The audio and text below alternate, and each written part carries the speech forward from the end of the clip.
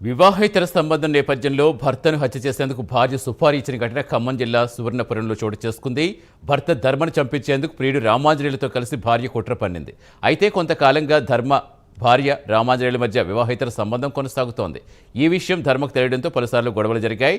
భర్త అడ్డు తొలగించుకోవాలనుకున్న భార్య ప్రియుడితో కలిసి సుపారీ గ్యాంగ్ను ఆశ్రయించింది.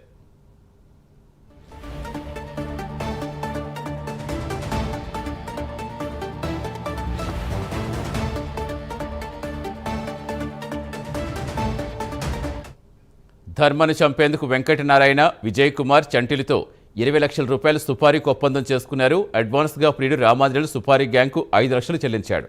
పథకం ప్రకారం గత నెల 12న సుపారీ గ్యాంగ్ ధర్మను కిడ్నాప్ చేసి వీడియో కాల్లో రామాంజనేయులు చూపించారు. అయితే రామాంజనేయులు మిగిలిన డబ్బులు ఇవ్వకపోవడంతో ధర్మ దగ్గర ఉన్న ఫోన్, బంగారు గొలుసు తీసుకుదిలేశారు. దీంతో వెంటనే ధర్మ పోలీసులను ఆశ్రయించాడు. రంగంలోకి దిగిన పోలీసులు సుపారీ గ్యాంగ్ను అదుపులోకి తీసుకున్నారు.